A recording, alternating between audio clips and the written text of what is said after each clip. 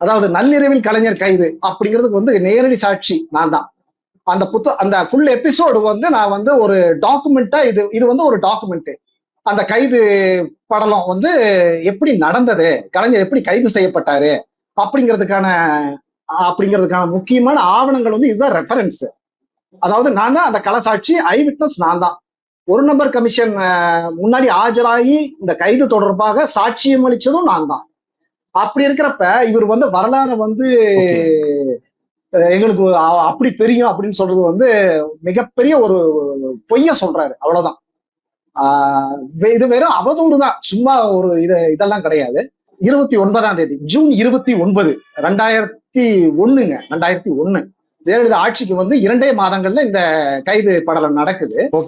அப்ப வந்து மேம்பால ஊழல் வழக்கு, அதாவது திமுக அரசு 1996 டு 2001 வரைக்கும் ஆட்சி செஞ்ச திமுக அரசு வந்து சென்னையில வந்து சென்னை மாநகரத்துல வந்து பல இடங்கள்ல வந்து மேம்பாலங்கள் வந்து கட்டுறாங்க. இதுல வந்து இவங்க ஆட்சிக்கு வந்தோடனே வந்து இது மேம்பால ஊழல் வழக்கு அப்படின்னு வந்து ஜெயலலிதா வந்து ஒரு இதை பண்றாங்க, ரெடி பண்றாங்க. இது என்னன்னா, இதுல என்ன ஒரு விசித்திரம்னா, மாநகராட்சி ஆணையர் ஆச்சாரியோடு அவர் வந்து 2 நாள்ல ஒரு இதை ரெடி பண்ணி 29ஆம் தேதி மதியம் தான் வந்து சிபிசிஐடியில போய் கொடுக்கிறாரு.